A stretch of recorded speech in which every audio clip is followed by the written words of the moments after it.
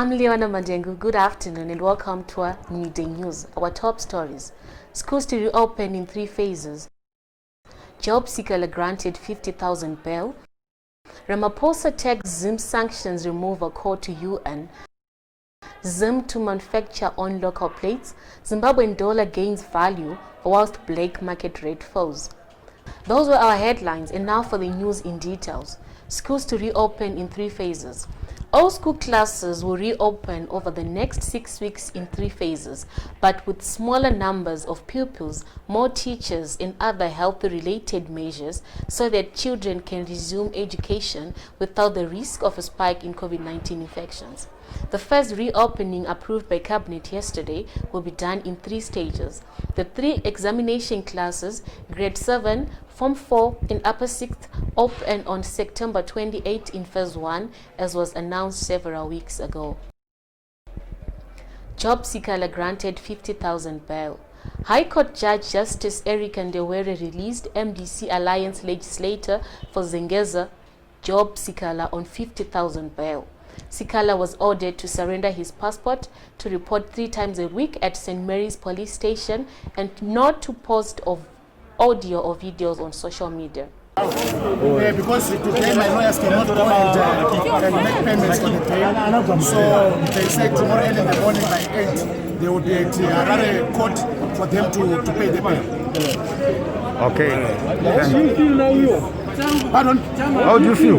No, I feel nothing, because basically it was not supposed to be like this. I think you have heard the judgment by the learned judge when she said that clearly the misdirection by the lower court was so astonishing, and that judgment is going to be one of the greatest judgments delivered in our country. It's going to be even reported in foreign law reports. So basically we have heard what the judges said.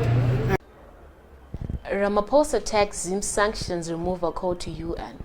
The 75th session of the UN General Assembly began yesterday with African Union Chairman and South Africa's President Cyril Ramaphosa reiterating the call for the removal of illegal sanctions against Zimbabwe. The meeting is being held virtually in light of the COVID-19 global pandemic under the theme, "The future we want, the United Nations we need," reaffirming our collective commitment to multilateralism, confronting COVID-19 through effective multilateral action.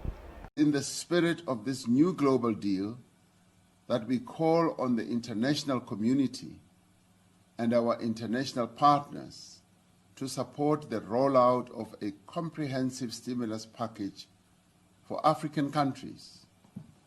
This will enable African countries to not only mitigate the health impacts of COVID-19, but to aid us in the immense task of rebuilding our shattered economies. To ensure that no country is left behind, we reiterate our position as the African Union that economic sanctions against Zimbabwe and Sudan should be lifted to allow their governments to respond adequately to the pandemic. Zim to manufacture on local plates. Zimbabwe will soon be making its own number plates that follow international standards and common SADC guidelines, and will cost motorists just over $45, significantly less than the $80 that imported plates cost.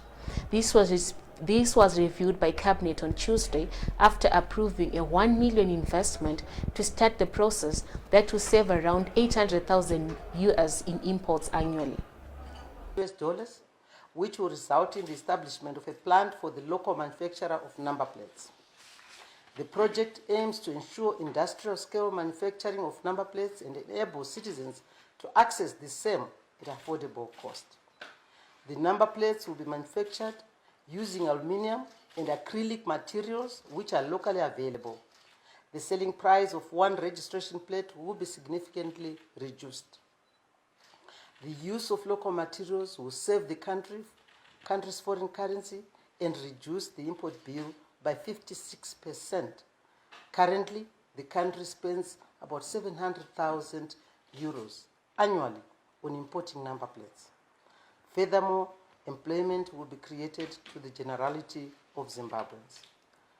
The proposed number plates will have enhanced features which supersede the features of the current number plates but still maintain a compliance to SADC regulations.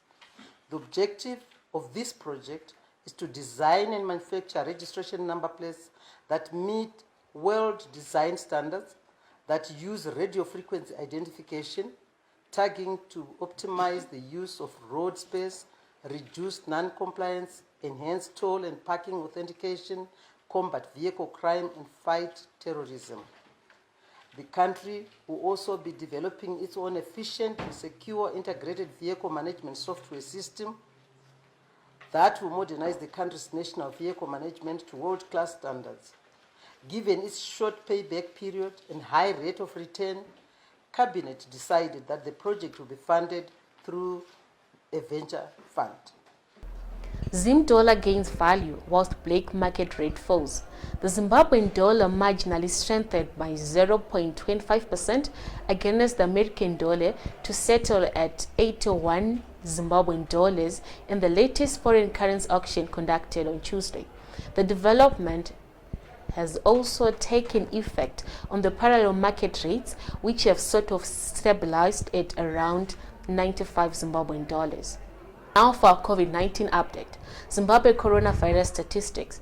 For cases that have tested positive, 7,711, active cases, 1,506, recoveries, 5,979, death, 226. That's the news for today. Have a good day, and please follow us on Twitter at techmc.tv and also like our Facebook page at techmc.tv.